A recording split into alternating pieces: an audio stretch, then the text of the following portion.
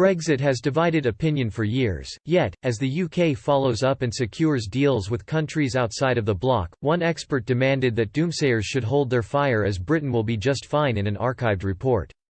Britain is chasing up deals and potential leads with countries around the world. This morning, it was reported that Chancellor Rishi Sunak had agreed to develop closer financial links between the UK and Switzerland. The fresh boost saw Mr. Sunak sign a joint commitment with his Swiss counterpart, Welly Maurer, to work on a new international financial services agreement. Treasury officials said the move proved the government's ambition for the UK to cement its role as an international financial centre once fully independent of Brussels next year. Britain is set to officially leave the bloc by the end of this year. Further afield, Japan's Foreign Minister, Toshimitsu Motegi, and the UK's Trade Minister, Liz Truss, last month agreed on an economic partnership to secure business continuity. Tokyo reportedly wants to conclude trade talks with Britain by the end of July. A deal between the EU and UK is still being negotiated.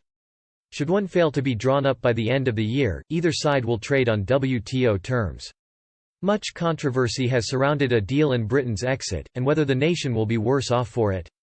Yet, writing for Politico, Quentin Letts assured that whatever the outcome, Britain would be just fine.